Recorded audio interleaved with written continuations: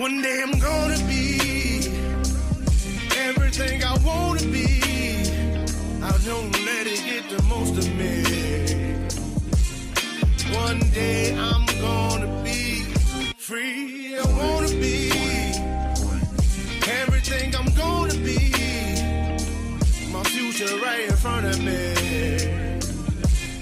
One day I'm gonna be free. I wanna be free.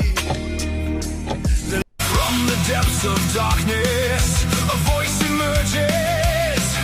A host with a fire burning in his soul. With a heart of steel and a spirit unbroken. He rides on two wheels ready to claim his throne. Amidst the chaos and the thunderous roar, insane wheels rise as a force to be reckoned with. Fueled by the power that only metal can bestow. He takes his stand, refusing to submit. Insane wheels hear his battle cry. A metal mayhem that will never die. With vengeance roaring, he paves his way. A legend in the making, day by day.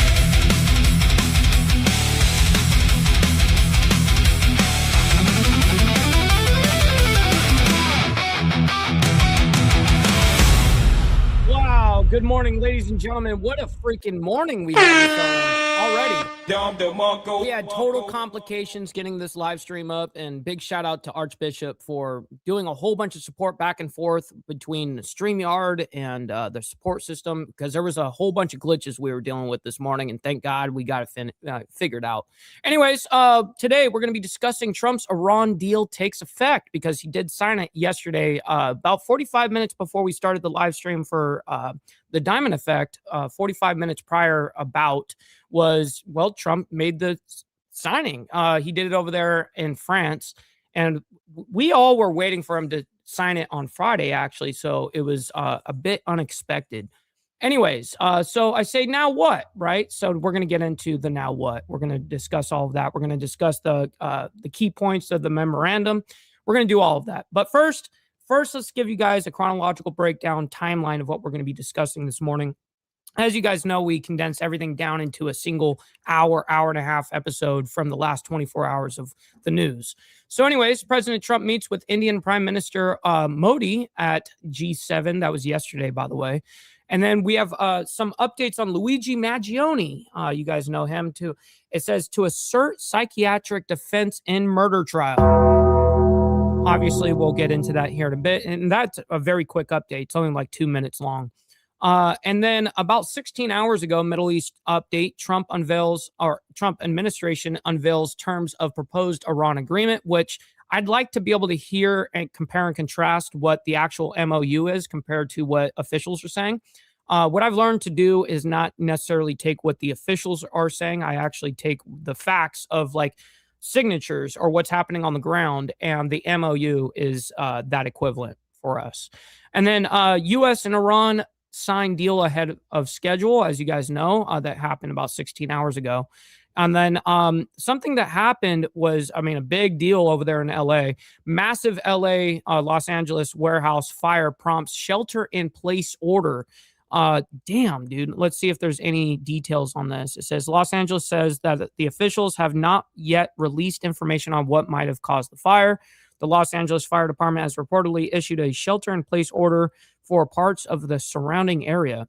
Wednesday's incident does not appear to be the first time that area caught on fire. The solar panel from the same building had caught on fire on August 14th, 2024, so just a couple years ago.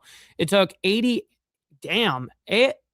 LA Fire Department firefighters to take down the 2024 fire in a little more than 45 minutes. No one was injured during that time, and hopefully no one gets injured on this one either. But it sounds like they've definitely had problems, their share of problems with that over there already. Then about 10 hours ago, the big update comes up. Remember, we were discussing and following the story about the B-52 that unfortunately went down. 8 people, everyone lost their lives on that situation.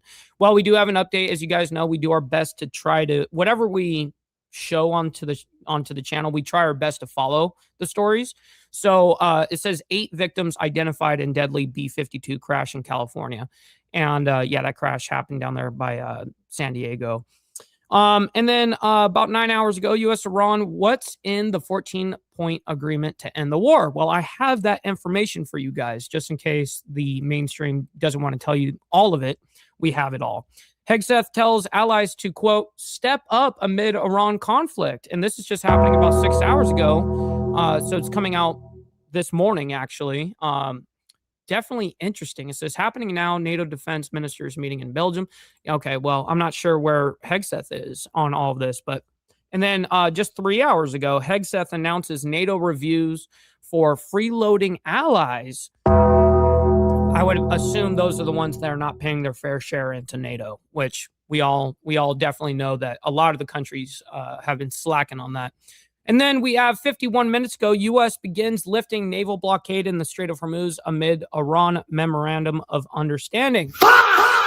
And that sounds good, but it can be good, but it's not necessarily good for us because we got a lot of stuff that we are doing immediately, and Iran gets to lackadaisical get things done, which I just don't like the verbiage in the MOU where we have to do everything immediately and they get to decide when they get to do something, which is very unfavorable to the United States.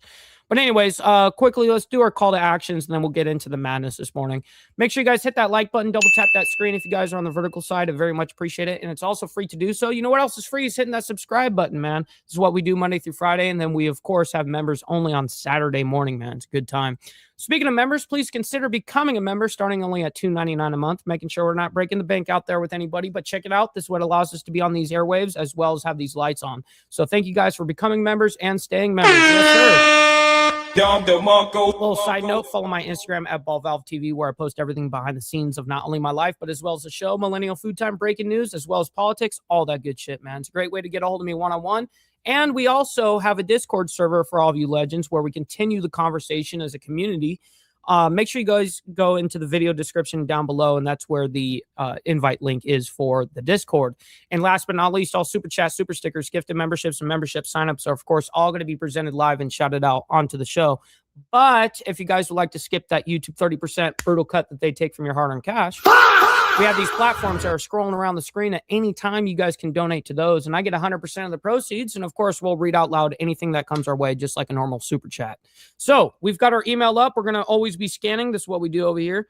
Looks like we're dialed in for the morning. All right, real quick, we got Virginia Chaos starting off the morning big time on that. With the 5 gifted memberships, not only helping me, but 5 others in the IWF. Man, I very much appreciate you and your patronage, kind sir. Thank you for making it rain in the chat and starting it off this morning.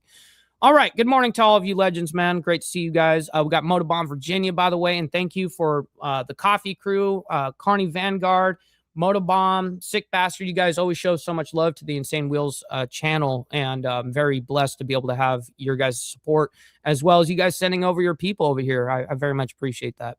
All right, we got Brother So Loud as well. Good morning from the Boondocks in North Carolina. Great to see you. We got Vanguard Critters as well as Easy Frank. We got Rabbit of Chaos. Good morning to you guys. Naomi as well as Steve Easy. Good morning to you guys. Always appreciate it. Big Dan as well as Texas Gidget. Yes, sir.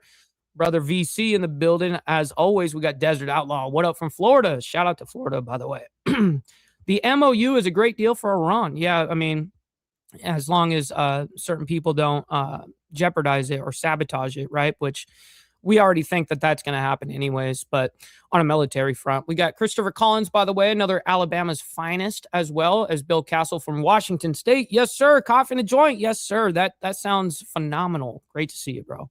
Let's see. We got Pablo saying freezing up every few seconds. That sucks. I would be definitely, that would suck for anybody. Hopefully it's not happening on my side. What's up, Beastie Boy, as well as Dennis? Steve Posey, good morning to you guys. I was wondering, where did you get the info on the Iran deal? Yes, I got it straight from Axios. That is where it's being reported. Axios has been, I would say, very biased towards Trump, right? It's basically Trump's mouthpiece. And when they put out the MOU and it's unfavorable to Trump and unfavorable to the United States, that's very telling, to me. That's very telling. So Axios is where I got it from. Let's see. We got Kimo, or however you say your name. Great to see you in the chat. We got Carney Vanguard as well as Jack Talcott. Great to see you, by the way. And of course, Shattered Cat. It's always good to, you can ask a question. It just depends if I want to answer it, I guess. We got No Grow as well. Good morning to you. We got 5150. Yes, sir. 5150 Boomer. Yes, sir. Good morning. Good morning. All right, guys, we're going to get right into it. We've got a lot to discuss this morning. First, we're going to talk about President Trump meets with Indian Prime Minister Modi at G7 summit over there in France. And this happened yesterday for all transparency. We're not even going to watch this entire thing because of the amount of how long it is. And we got a lot of stories, as you guys just heard me explain all the stories. We're only going to listen to a little bit of this, but I thought it would be interesting to get the front monologue of these two meetings. All right. So we were listening in there to a committee. However, we do have this live look of President Trump meeting with Indian Prime Minister Modi. Let's listen in.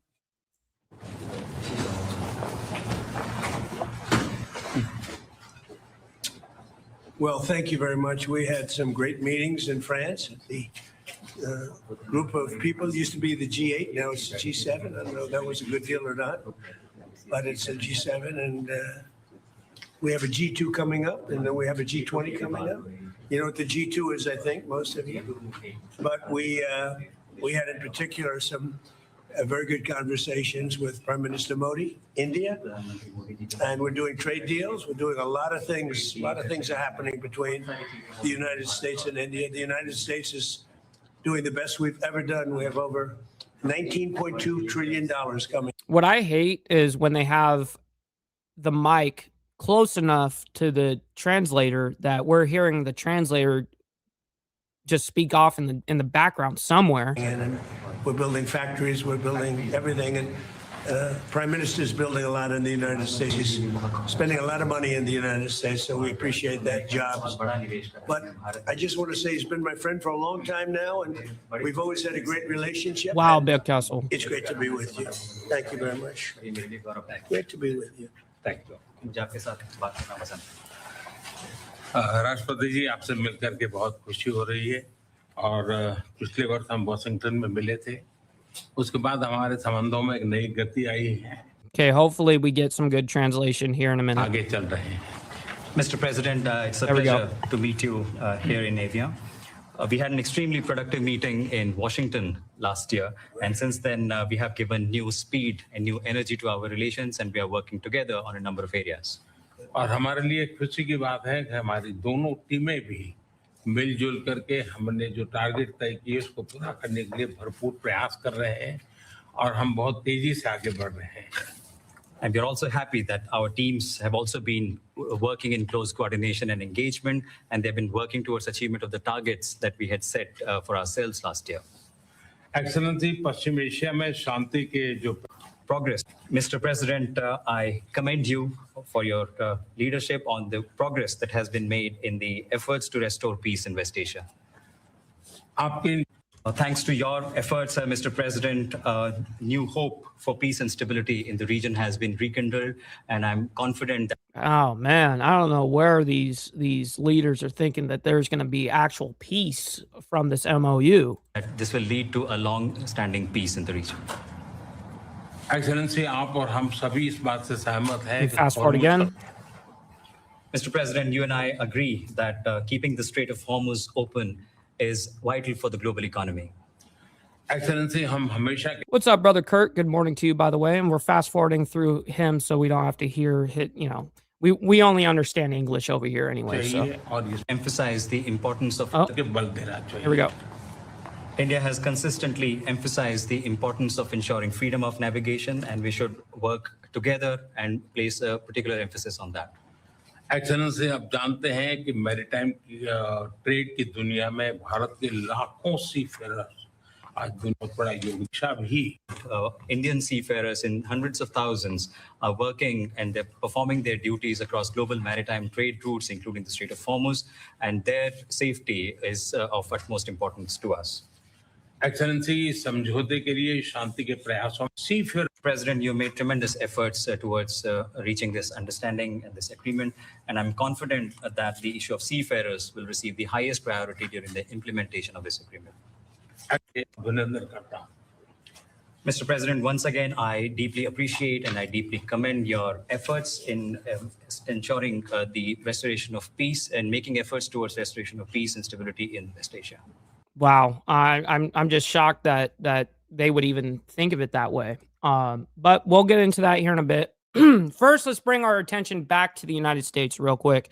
We have some stuff coming out on Luigi Mangione that came out just yesterday after we finished the show, and I figured that, you know, we anything that we present, we're willing to, of course, track down and continue the story. So Luigi Mangione to assert psychiatric defense in murder trial. So let me go ahead and bring that up and we'll quickly discuss it. It's a very quick update. It's only 2 minutes. And then we're getting into the next whole ordeal with the Middle East. Continuing to be a very busy Wednesday as we're also following additional breaking news. This is according to the Associated Press right here, that Luigi Mangione will assert a psychiatric defense at his state murder trial in the killing of United Healthcare CEO Brian Thompson. That is according to a judge. This coming down just a short time ago.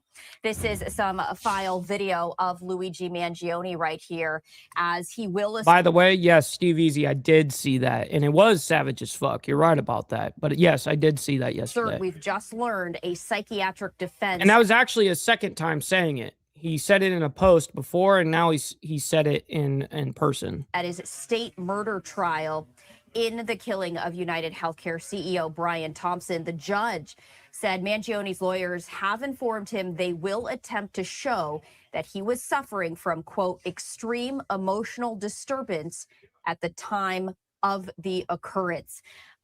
Well, I mean, to go do what he did, I mean, you definitely got to be fucking insane. Asserting a psychiatric defense, Mangione would effectively be admitting that he did. But just because you're insane doesn't mean you didn't fucking do it. And you definitely need to be, you know, justice needs to be had. Kill Thompson, but he did so because of mitigating circumstances.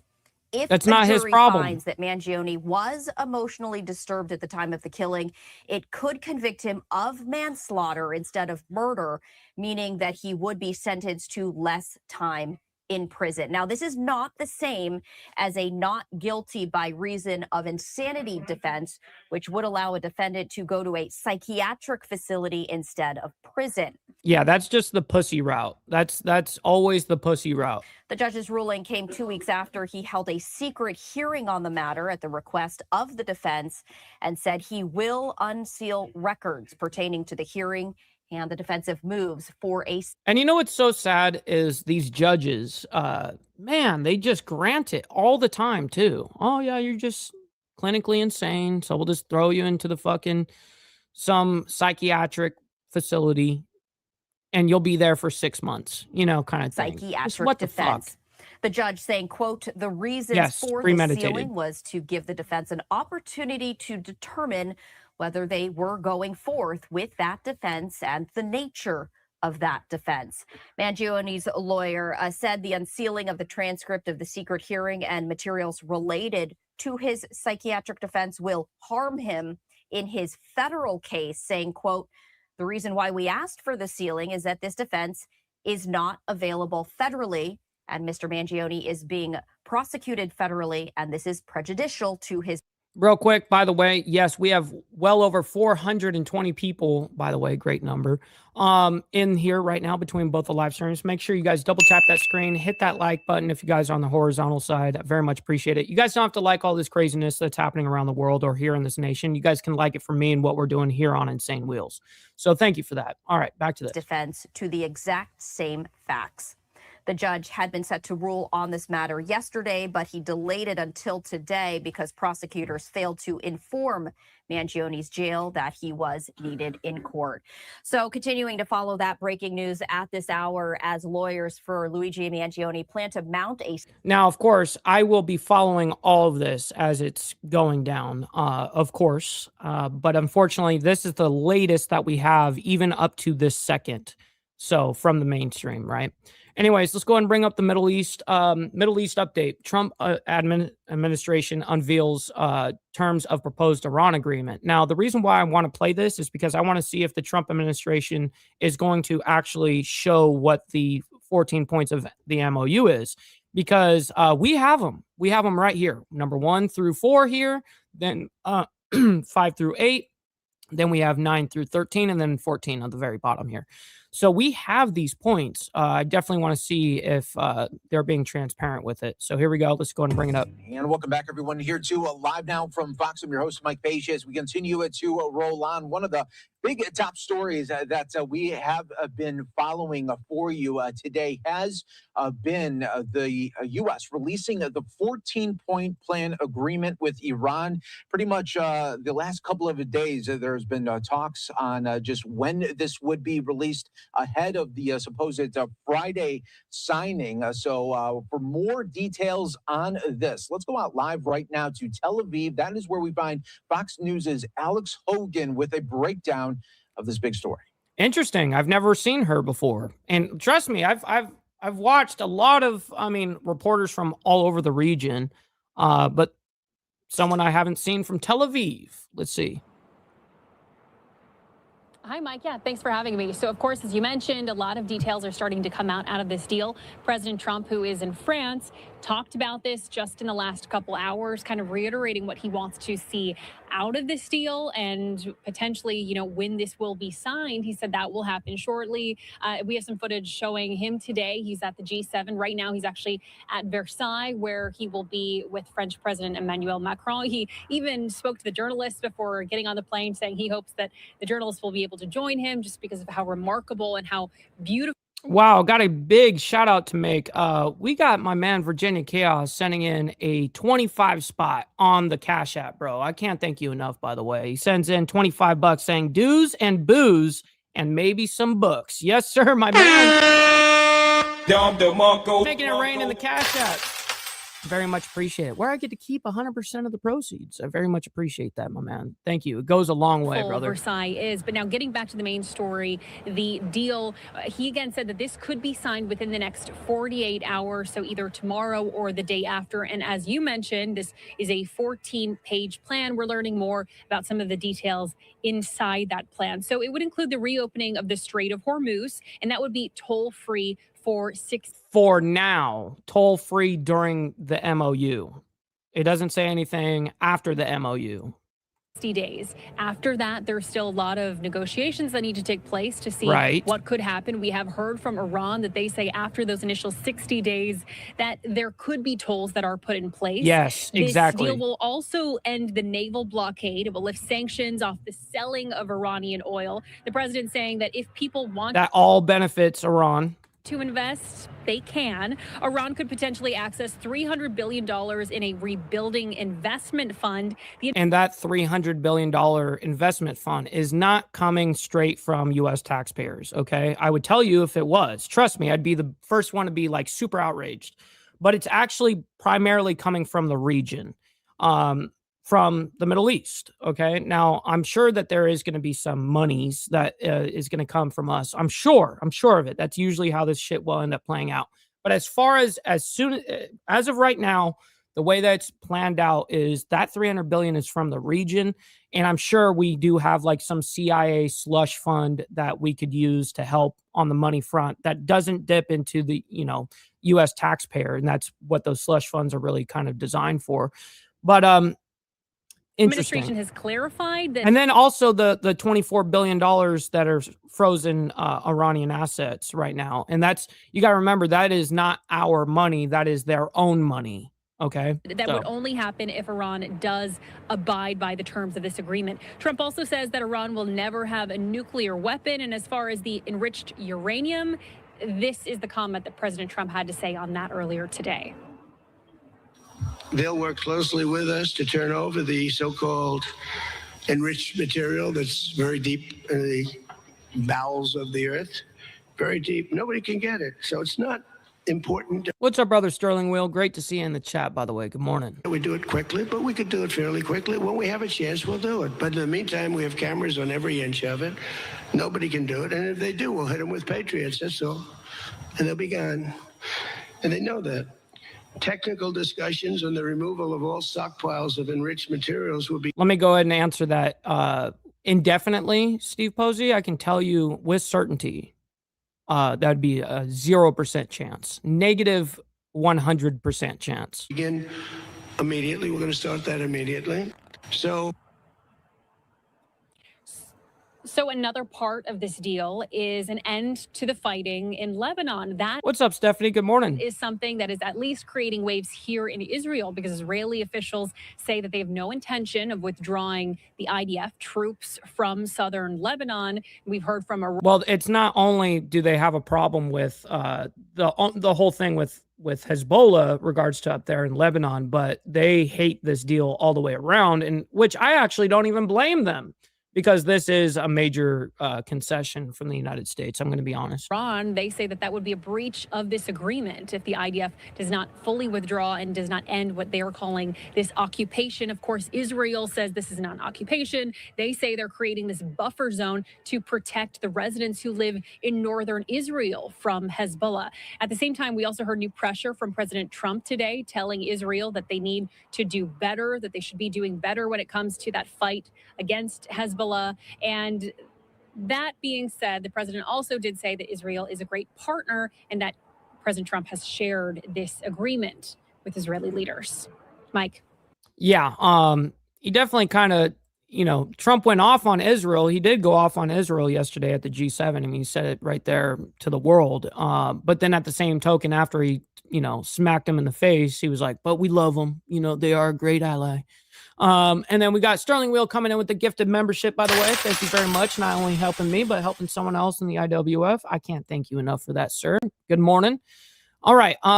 Let's go ahead and move on from this, because we got a lot of stories to move through anyways. And we have the updates on all these things. U.S. and Iran signed deal ahead of schedule. So let me go ahead and bring this up, and then we'll show you guys, because I actually have the points of the MOU for you guys. And, so you guys can see it and visually see it and hear it and all that. Back with some breaking news for you. Axios right now is reporting that the U.S. and Iran have signed the MOU for ending the war remotely. Now, by the way, this did happen, like he just said, remotely. It was supposed to happen over there in Geneva, but on Friday. And it just happened that it happened yesterday over there in France. So, Trump signed it in person. I don't know if you'll see it on this, but I watched him sign it live. But then they take it and then they scan it and send it to the other side as well. Today, and is now in effect to U.S. officials telling Axios. Brother Bob, good morning. We heard from President Trump just about a couple of hours ago saying that it could be signed within the next 48 hours, but it has now already been signed here, and now this sets up really the next 60 days for things to really wind down with this war. But this is the beginning now of this 14-step point plan that has been now put in effect by the U.S. and Iran, and now both have now signed. So, again, we'll be keeping an eye on this here for you. I'm live now from Fox. I want to give you a live look right now in Versailles. President Trump just wrapping up a dinner with the president of France, and should be seeing maybe the president coming to the beast here in just a moment. We'll be keeping an eye on that. We're also getting some additional reporting from Axios saying President Trump personally signed a copy of the agreement during a dinner with the president of France at the Palace of Versailles. A photo of it all happened about 45 minutes right before the live stream of the Diamond Effect last night.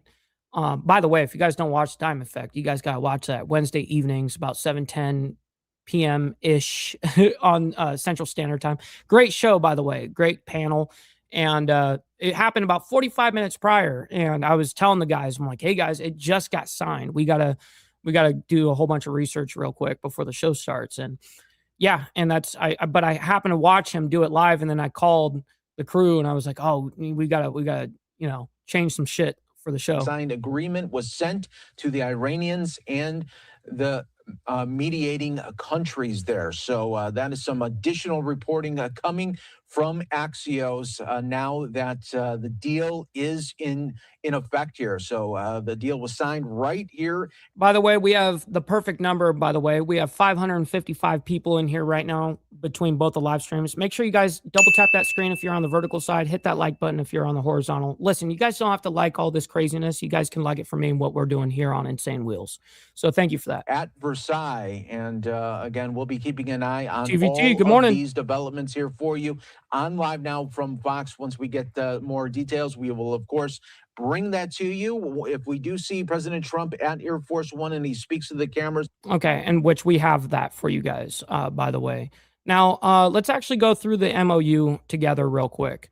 This is what the actual MOU is, okay? Number one, immediate end to hostilities. U.S., Iran, and their allies agreed to permanently cease military operations. Both sides pledged not to attack each other, includes Lebanon and ceasefire framework. And then we have number two, mutual sovereignty. Both nations agree not to interfere in each other's internal affairs. Then we have three, 60-day negotiation period. A final agreement must be negotiated within 60 days. The deadline can be extended by mutual consent. Both of them would have to agree to that. Number four, let me take the scroller off. There we go. Iran agrees to reopen commercial shipping. Then traffic is expected to return to pre-war levels within the 30 days. And then this one, passage is to be toll-free during the negotiation period. But it says nothing afterwards, and it says nothing about, any of that. So they're leaving that kind of open right there, which is iffy for the world, actually. Number five, United States blockade lifted. The U.S. will end its blockade associated with the conflict. And then number six, economic reconstruction. The U.S. and partners will pursue a reconstruction and economic development program reportedly valued at least $300 billion if a final deal is reached, meaning if they negotiate for their nuclear stuff. Now, let me go ahead and say this is the big point of contention that everybody has been talking about. Oh, $300 billion. We're going to pay them $300 billion. Listen, that's not actually facts. Now, they are getting paid, obviously, from this reconstruction fund, basically to act nice with their nuclear program going forward. But this is actually coming from a lot from the region. It's not actually coming from all of it from the United States. It's actually what Trump has even said. He said not a cent. But I don't think that that's going to be true. Now, I think it won't be a cent maybe from taxpayer dollars, but it definitely will come from like maybe a CIA slush fund or something like that. So anyways, we're talking hundreds of billions of dollars over there in the region that are going to be putting into this reconstruction fund. So that's who the partners are. That's basically like the Gulf allies and stuff, that the ones that really do have the money. All right. And then number seven, sanctions roadmap. Broad sanctions relief is contemplated in a final agreement. And during the 60-day period, sanctions waivers will allow Iranian oil exports and related banking, shipping, and insurance services.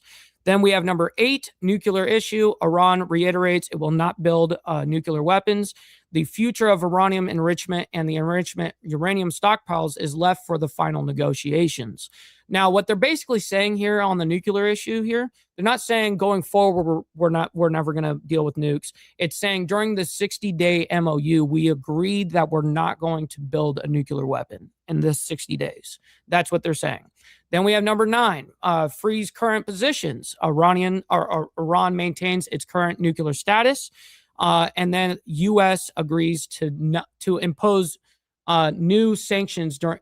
Okay, my bad. The U.S. agrees not to impose new sanctions during negotiations. Right, correct. Sorry.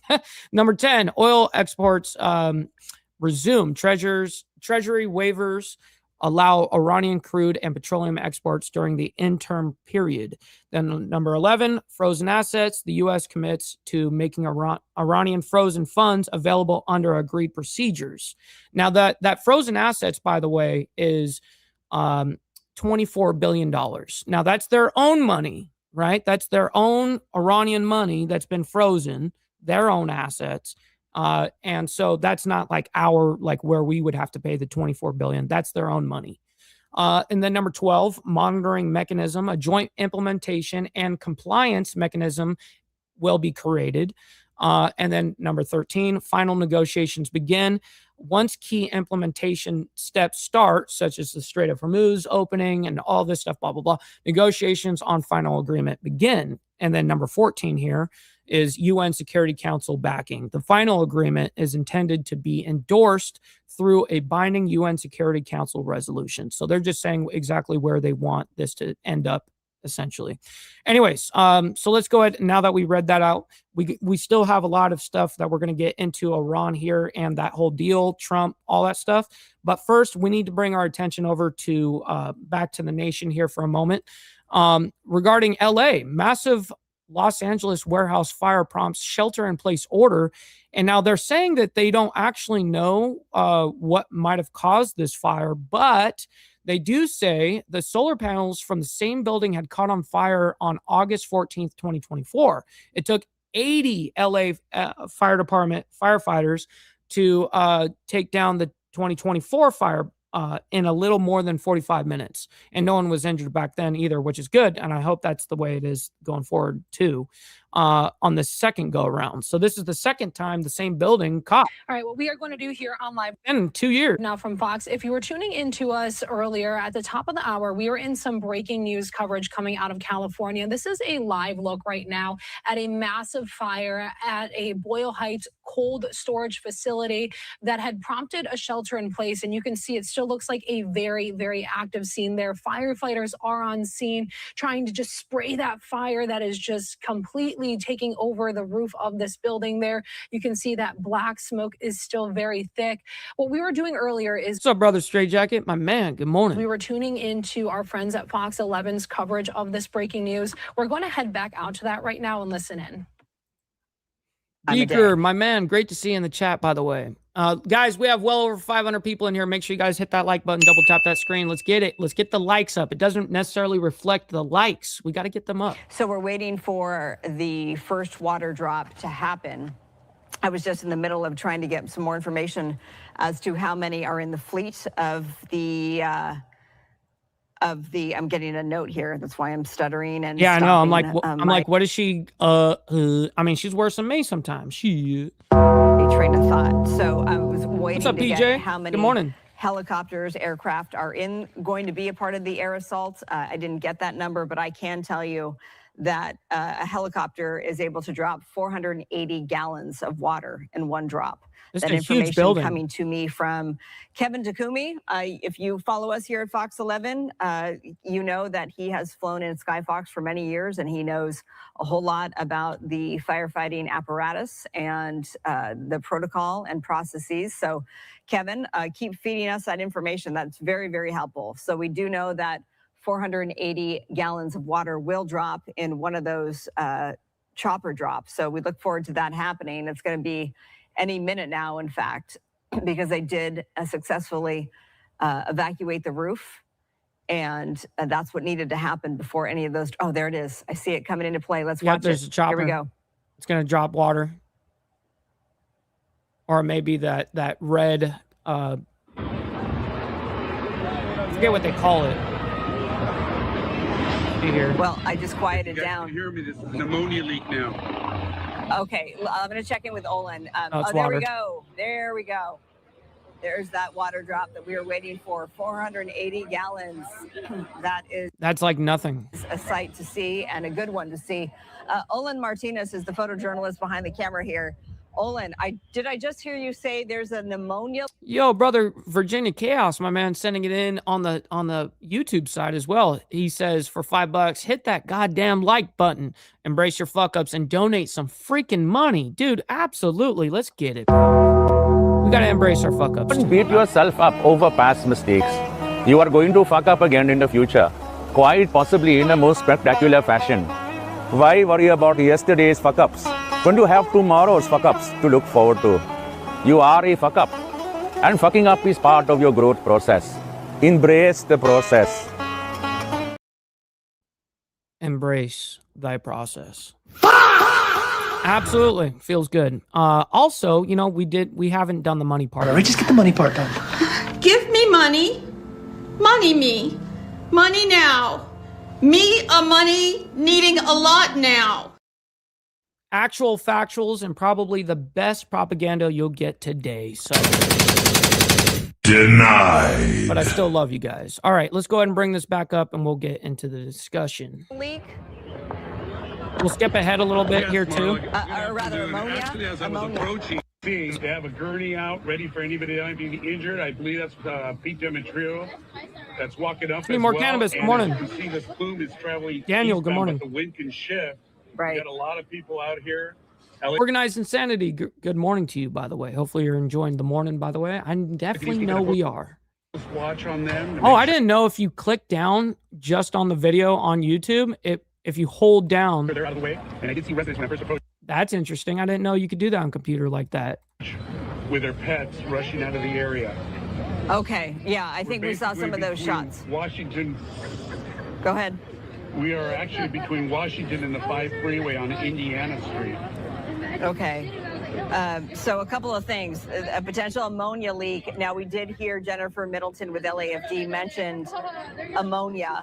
So that isn't, that makes sense. And unfortunately, you know, if there's a leak, that can't be good. But I mean, given what we're seeing here unfold, it's not surprising. But let's hope that, you know, people heed the call to stay inside. And damn. So, I mean, this is just a big ordeal, man. Let's see what's going on here. Reporting that from CNS, and that sent that thick plume of black smoke into the air. Hold on, I want to see what she said right there. Not the interview, because they're not even showing the interview. Damn, it is dumping rain outside right now. Holy shit. That's a lot of water. It is a huge structure, 491,000 square feet. And crews appeared to be getting the upper hand on flames, it's been reported, but then they reported that ammonia leak in the building's interior, along with, according to CNS, several small explosions occurring, What's up, brother Shane, by the way? Good morning to you. The flames. We're reporting that from CNS, and that sent that thick plume of black smoke into the air, visible for miles. Looks like our colleague there is talking to somebody, a resident. Let's listen in. Olin, you can go ahead and bring up your microphone so we can talk to this young lady. Yeah, she hasn't brought it. Okay, Marla, this resident, this resident right here is telling me that she and her 2 children were displaced. She only speaks Spanish, so I'll have to translate. But that sucks. Man, why do they always interview fucking people that are just, I mean, either you can't understand them or they're fucking like meth heads. Their water drops, so we look forward to seeing that. This would be, I think, the 3rd helicopter in the air. And again, 480 gallons of water able to drop on that firefight. Olin, holy shit, the wind is moving too. That. Interesting perspective. We're still with you, Olin. Yeah, I have a question, Marla, because I'm wondering how that evacuation, Olin, went down. If you could have her talk more about that. And also, I know it's a very residential neighborhood there, Boyle Heights, a lot of families, a lot of children, obviously out of school at this hour or on summer break. Talk about the evacuation and how she felt that went. Did she get... Well, I don't really need to hear about... I mean, we all know what evacuations are like. They're chaotic. They're terrible. Like I said, but you got to do it for your safety. You know, let me speed ahead here. See if we get images. The crowd is growing, and I'm jumping in quickly because we have someone on. Well, it means LA. You're going to get Boyle Heights, man. There's going to be a fuck ton of people around on the line who can help shed some more light on this firefight. But yes, with LAFD on the line earlier with us, she was saying that, you know, if you can stay inside, stay inside. But obviously, if you're evacuated and you don't have somewhere necessarily to go, then you can understand why people are outside. Now, what I want to know, what is in the building, though? Mark Naveau is a FEMA coordinator and a former battalion chief. You were on the line with me on the Fox Local stream on Monday, covering the Edwards Air Force Base first responder angle of that breaking news. Yeah. Mark, thanks for being with us here on Fox 11. So if I didn't have Beaker, if I didn't have 1, 2, 3, 4, 5 stories after this, I would totally do it. But I'm already going to be running way into overtime. So what do you make of this firefight? This is what you did for a living. So when you're up against a solar panel warehouse firefight like this, what are you dealing with? Yeah, nice to talk with you again. This is a challenging incident. Interesting, Sterling, and thank you for that update. He says lineage is frozen foods, MB, and he's like, hey, I've delivered there before, you know what I mean? So he's a truck driver, and he keeps the United States fed. So. Not your typical warehouse structure. Thank you for that. And here's why. Because it's a cold storage building, they use what's known. See, the cold storage building. Look at that. The motherfucker is already spot on. Is anhydrous ammonia. That's the main ingredient used to keep the facility cold and the contents. The trouble is that in this particular case, it's typically in a sealed container. So there's pipes running throughout the building that allows this building to drop. You'd be surprised at how many people expect it right then, right now. I'm telling you, it happens to me all the time. Its temperature and the contents for whatever stores in there, they can drop it below a certain temperature, right? Cold storage. The trouble is that after a fire such as this, it looks like you've got a break in the line. So you've got anhydrous ammonia that's starting to leak outside of its container. And that is, in most cases, that's lighter than air. So what you're seeing, which is very, very unusual, is you're seeing a structure fire be using tactics that are typically used for wildland firefighting, i.e. helicopters. Sterling is predicting it's going to be approximately $1 billion worth of damage. Wow. I mean, just incredible. All right, man, that's terrible. I hate to see that. That's a lot of food too, I'm assuming. All right, so we do have an update regarding that B-52 that went down. Remember, we were reporting early this week about this B-52 that went down, sadly. Happened right after takeoff. Right after takeoff, they didn't even get enough altitude for any type of, where they could jump out or something like that, or eject from the craft. Unfortunately, it went, basically up in the air and boom, right back down and crashed. Unfortunately, 8 service members lost their life. Everybody on the plane lost their life. So let me go ahead and bring this up, and we'll quickly get into this because we do have 8 of the victims identified in the crash over there in San Diego. Welcome back to Live Now from Fox. Super sad Shauna update. Kalafi. Earlier this week, a tragic situation at Edwards Air Force Base in California. 8 victims have now been identified after a B-52. What's up, brother GEG, by the way? And those are the pictures of the service members that lost their lives. I do believe they're actually going to pull up one by one and show, or at least blow it up to where you guys can see it. B-52 bomber crashed during a test flight there at Edwards Air Force Base. You see the photos of those 8 victims there. And our partners at Fox 11 in LA actually spoke. What's up, Dragon Classy? Good morning. To a loved one of those victims. This is their story now. Today, the Air Force released the names of the 8 men killed during a routine test flight out of Edwards Air Force Base Monday. Fox 11's Nick Garcia reports from Lancaster, where 2 of What's up, TNT, as well? Good morning. The men are from. Damn. Yes, 2 of those men who died tragically in that crash were here from Lancaster. We spoke with one of their wives today. Tragedy struck 8 families Monday when a B-52 Stratus Fortress crashed during a test flight mission. Look at that. This is the crash scene and basically just a field, an open, wide, humongous field out there. And there is no plane left. It just, there was it was just fueled, everything. And the humongous amount of, that crash was so brutal that there was no structure left of the plane. Shortly after takeoff from Edwards Air Force Base. The 8 men identified today, 6 of them military members, So let me explain real quick, JW. Everyone's like, well, why don't you just eject? Why don't you just jump out? Well, the thing is when you're in, you got to remember the way that they crashed. The way that they crashed on this is that they were just taking off and then it nosedived. So they had zero reaction time. When you're up in the air, altitude is actually your friend in an emergency because it gives you time to react. It gives you time to get yourself ready, prepared, do the button pushing and all the fucking calls you got to do on the radio, all that shit. So unfortunately, there wasn't enough altitude to give them enough time to react. Anyways, back to this. Contractor flight test engineers, all of them serving our country. Christopher was just an amazing man. He loved and served everybody he came in contact with. One of those engineers, Christopher Richard. He and Major Alexander Davis are both from. Yeah, so we hold an annual 4th of July event here at my property here for the IWF. Yes, the Insane Wheels family. We do a whole get together. We blow up, thousands and thousands of dollars worth of fucking fireworks. It's a big ordeal, and it's a whole weekend too.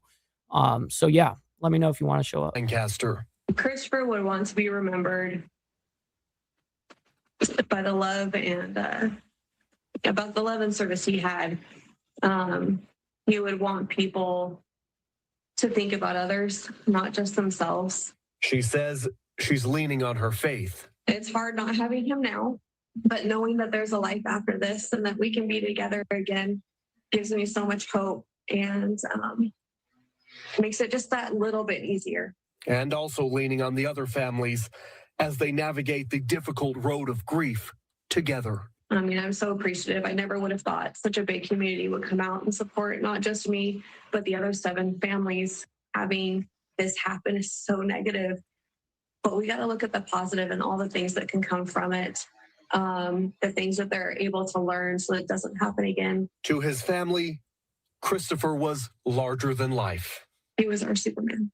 She says he's now forever watching over them from the sky. Now, they have created a GoFundMe page to help them as they deal with this loss. We put a link to that on our website and on the Fox Local app. In Lancaster, I'm Nick Garcia. It was a B-52, Steve Posey. B-52. Fox 11 News.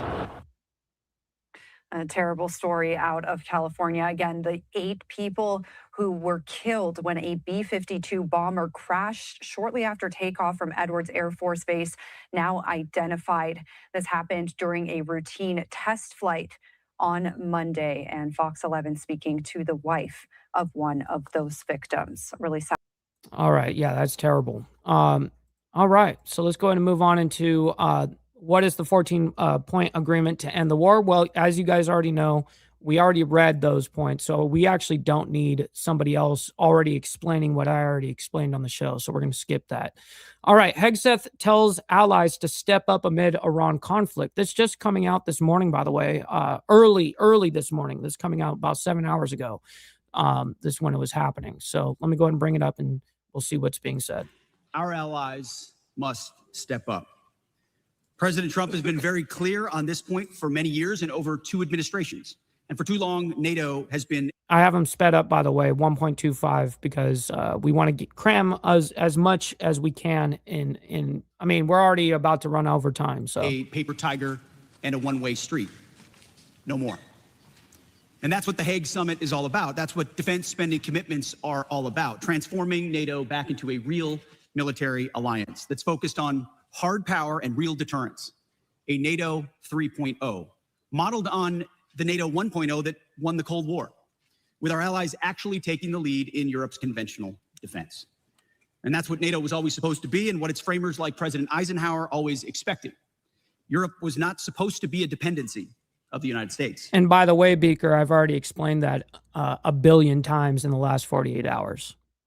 I mean, I literally read the MOU out loud all the way through every 14 points, by the way, just right before you showed up.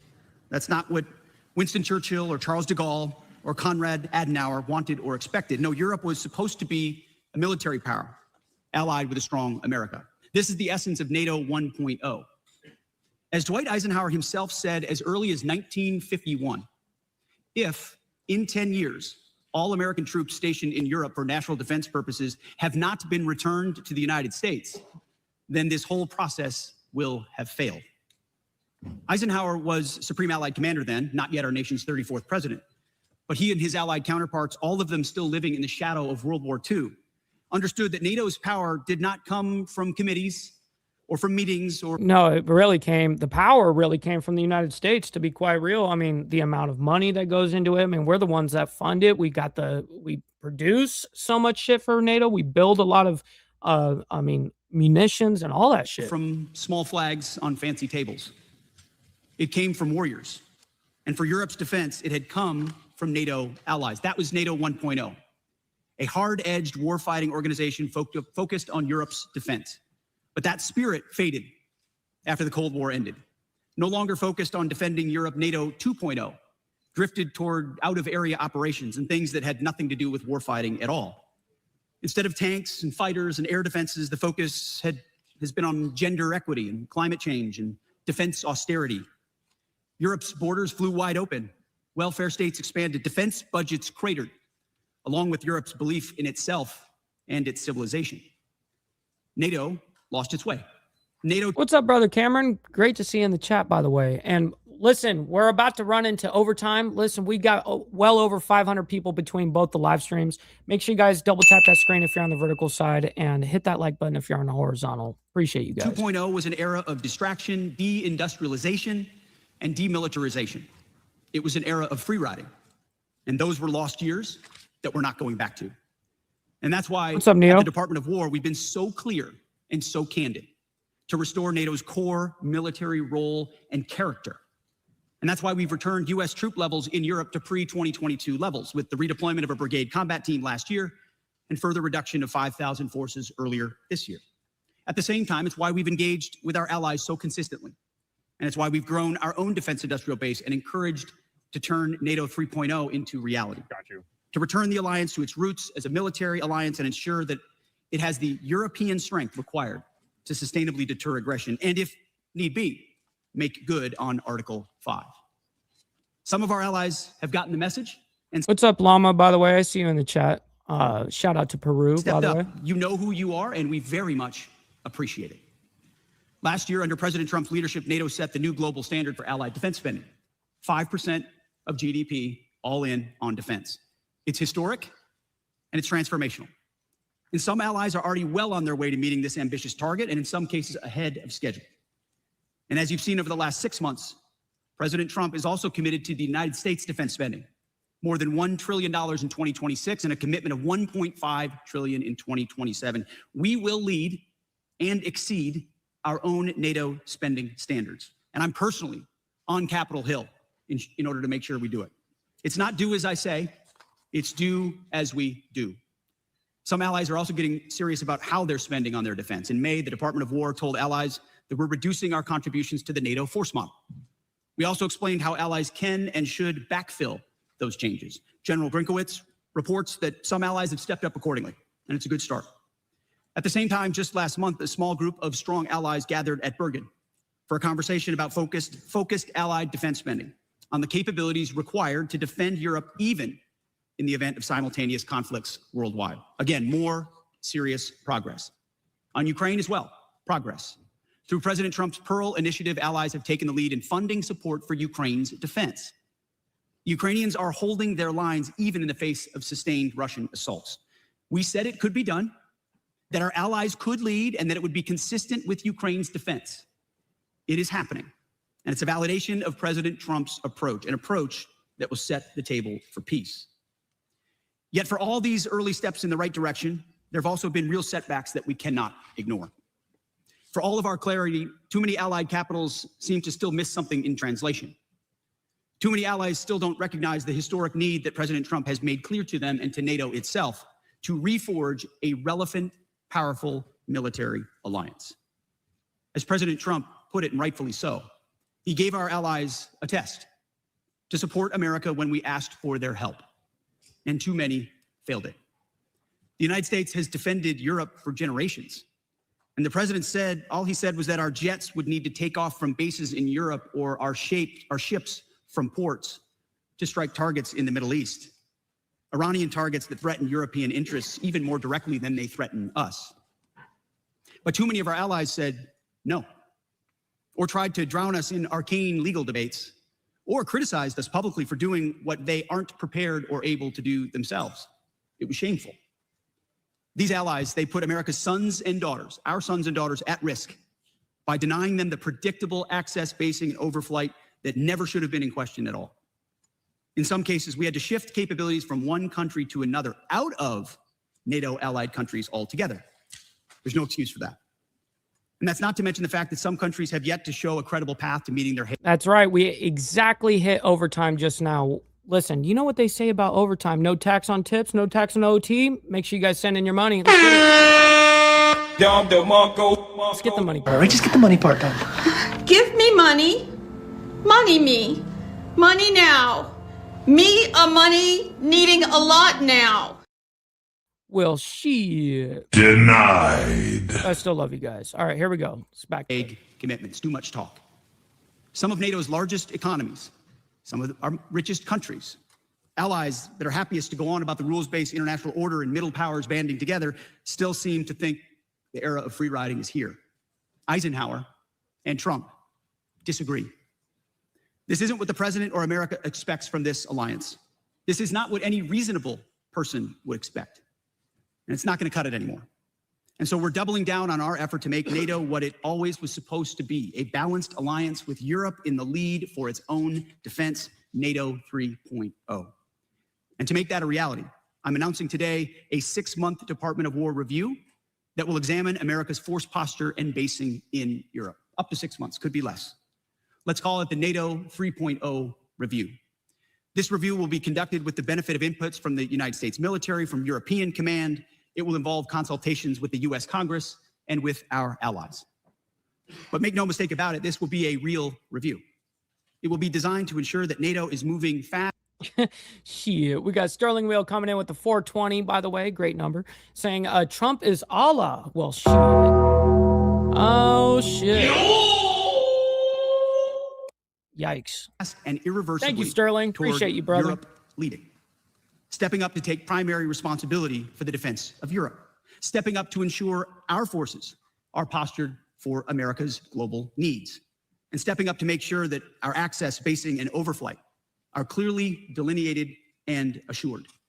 Any other country would do the same. At the same time, going forward, our annual NATO dues will be contingent on other countries meeting their defense spending targets. Where other allies do not spend with urgency, our dues contributions will go down. NATO will be a two-way street. It's only common sense. America cannot care for or pay more for Europe's defense than our allies do. And this review will think outside the box. Our national defense strategy states clearly that we're going to incentivize and enable our allies to step up and do their part. So we're going to keep a close eye on allies who are not doing that, and who say no, or maybe, or wait and see when it matters most. It's a review that some countries will fail, and others will pass with flying colors. In the end, the review is intended to both improve U.S. force posture and basing, and strengthen NATO 3.0. It's intended to be constructive, as we have always been. There are no strategic surprises here. There haven't been. I've been clear with all of you since my first remarks to this body in February of 2025. President Trump has always done the same. Our direction of travel is and has been clear. This is the right thing to do by the American people. It's the right thing to do by this alliance. Europe can and must take primary responsibility for its conventional defense, as it pledged at the Hague summit. And in the process, safeguarding Europe's defense for generations to come.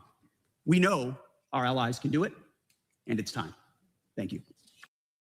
All right. So basically, we have another report, but we're not gonna listen to somebody talk about what we just listened to. But basically, he's announcing during that whole get down that he did, NATO reviews for, quote, freeloading allies. So that's what that whole thing was. Their fair share and a whole bunch of shit. Whatever. You heard the complaints. Anyways, we're going to move on into our latest news that we have here. U.S. begins lifting naval blockade in Strait of Hormuz amid Iran memorandum of understanding. So I'm so glad that the mainstream media has now, I mean, trust me, enough independent media put a ton of pressure saying, I mean, I was probably one of the very first people to say exactly that. I mean, maybe a first handful of content creators that were on top of it right then and right there, right in the moment.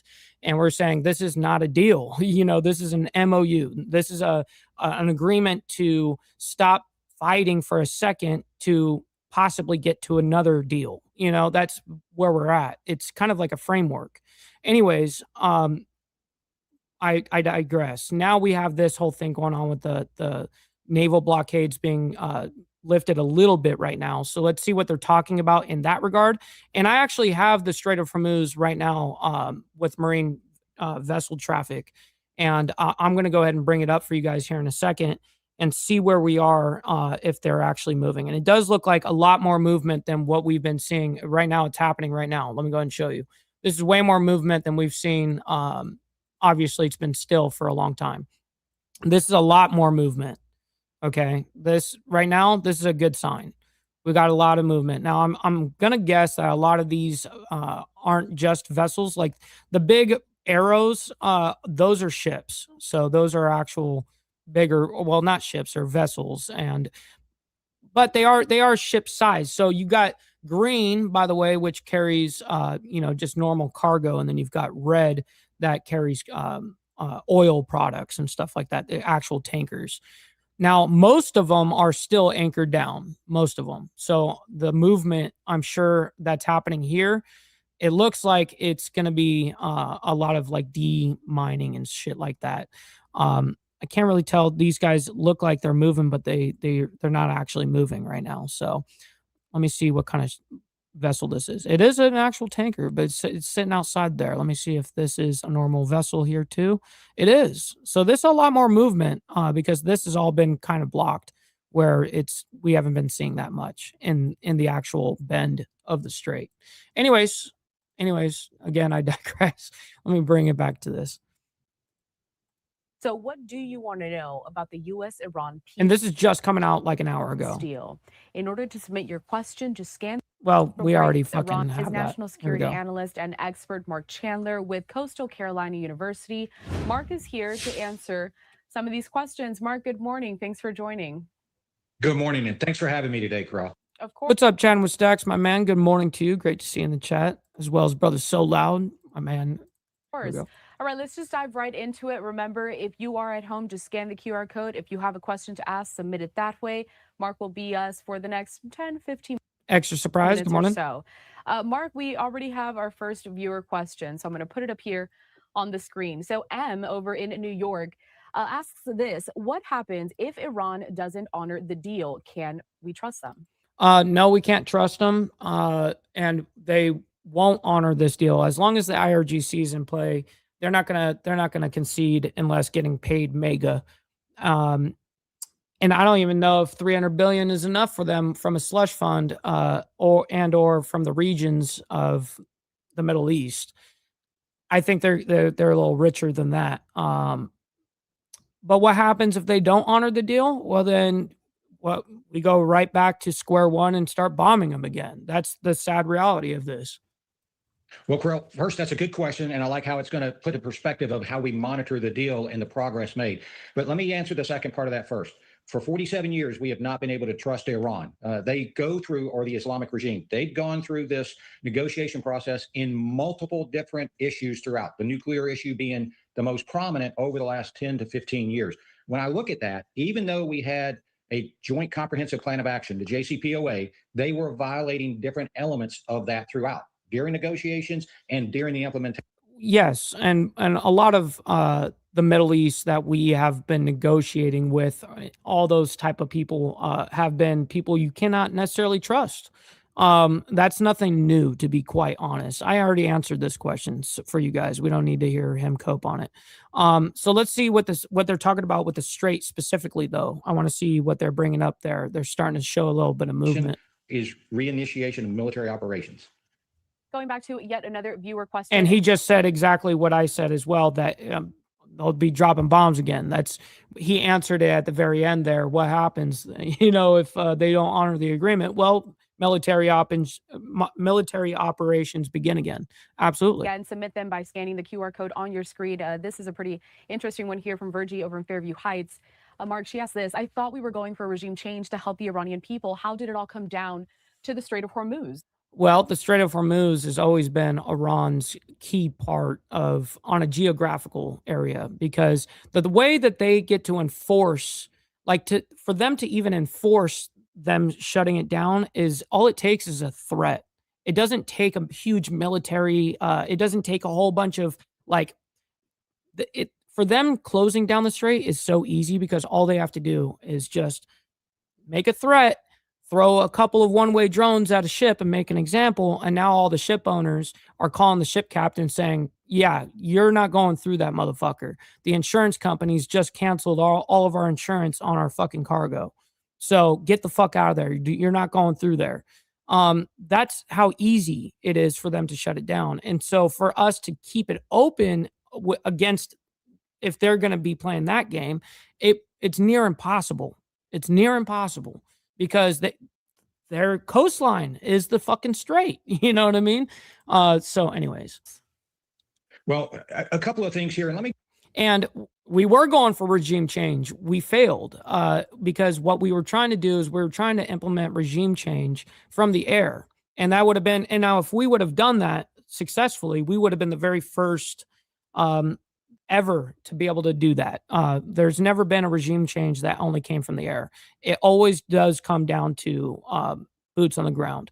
And that's exactly what I knew from the very beginning. I'm like, I don't want it to get to this. I don't want us to put any boots on the ground. I don't want us to do any of this shit. Truly, the way that you get regime change, honestly, is from within. You don't do it from an outside force. You do it from within. You get their people to stand up. Now, of course, we saw the big protests where tens of thousands of people were dying because the IRGC was taking them out. Absolutely. But it needs to be even bigger. We need millions of them doing it. I mean, there's 90 million people in Iran alone. We need more than just 40,000 people that are willing to stand up. We need millions. So that's kind of the hard part about the regime change. It needs to happen within, though. So anyways, back to this. Let me go into the next question, because he's going to probably cope on a few things. And I'm just telling you guys exactly what it is. If Iran would break the peace deal, would that void the proposed $300 billion in reconstruction and investment funds? Yes, of course it would. And it would also, it's that whole $300 billion reconstruction investment fund is not, again, I'm going to reiterate, it's not coming from the United States. It's coming it may actually come a little bit from like a CIA slush fund or something like that. But mainly the hundreds of billions of dollars down in the Gulf. We're talking the Gulf states down there, that whole region is putting up money. They've got the real money. So that's a whole different thing. But they only get access to this if they agree to the nuclear, what they're going to do going forward with nuclear. That's what it's also contingent on. So of course, if they void anything and they break the peace, if they break the peace deal, it's going to all be voided, of course. $300 billion in reconstruction and investment funds. Well, that's another great question. And what I don't see in these 14 points are the enforcement mechanisms. What this memorandum is. That is a good thing that you just said really there. Just an agreement that we're going to talk about these things that are. Yes, we agree to come to the table to talk and try to make a deal. That's what an MOU is. Listed in there. The $300 billion fund opens access into it's basically a fancy way of saying it's a ceasefire for 60 days, right?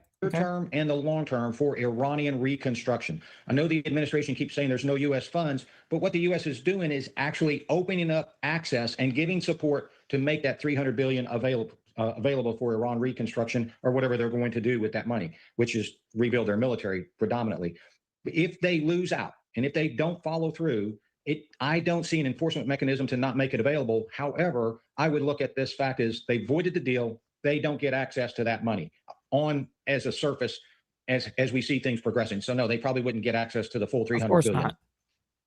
Reminder to everybody that we are asking viewer questions to Mark Chandler, a national security analyst expert with Coastal Carolina University. And you can submit your questions by scanning the QR code on the screen. He'll be with us for a few more minutes. This is happening live.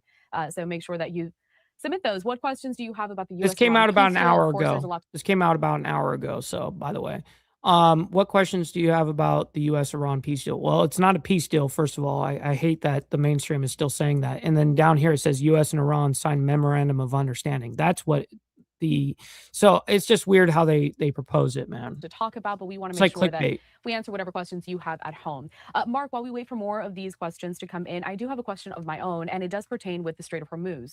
So I'm going to take us back out to that radar system. But first, this deal, it says the U.S. will lift the blockade imposed on Iranian ports. It says that the U.S. will remove that blockade and nearby military forces. How would that affect U.S. security interests and some military deterrence there within the region? Well, I like the fact that you talked about military deterrence and what that does. So when we lift our blockade, which is immediately upon signing, and actually I saw some reports that at least 5 cargo vessels and tankers made it through the blockade earlier today. So there's already some. Yeah, I mean, we did see that movement. You guys can see that there is a lot more movement going on through the strait right now. And I just showed you guys just a little while ago the actual marine traffic live right this second. What's happening in the strait, and there is a lot more movement. That's for damn sure. It's happening. What that blockade did for us is deter Iranian future aggression in the fact that we put an economic. It's not fully open, as you guys can see, but things are starting to move around, and there are some tankers coming through. Stranglehold on them. So we had leverage on there. Lifting that blockade takes away that leverage. So in other words, Iran's going to reap economic benefits where we were holding that over their heads. Now we're not going to do that. So Iran definitely gains from that. We've lost additional leverage. Compound that with the fact that we lost our military leverage, and you can see Iran's actually coming out in the good, or it's coming out good for Iran as we go through the next 60 days. We do have another viewer question that has just been submitted, taking it here on the screen. Why was Israel not part of the Memorandum of Understanding? Israel, of course, has been really heavily involved in this entire process. Well, I think the primary reason is Israel would not go along with this deal. Yes, correct. Absolutely. Israel is heavily, staunchly against this MOU. And because truthfully, objectively, as we already read through the entire MOU, it's not beneficial for us, you know. And what I also don't like is a lot of it is like, we'll immediately start lifting things and we'll immediately start doing this.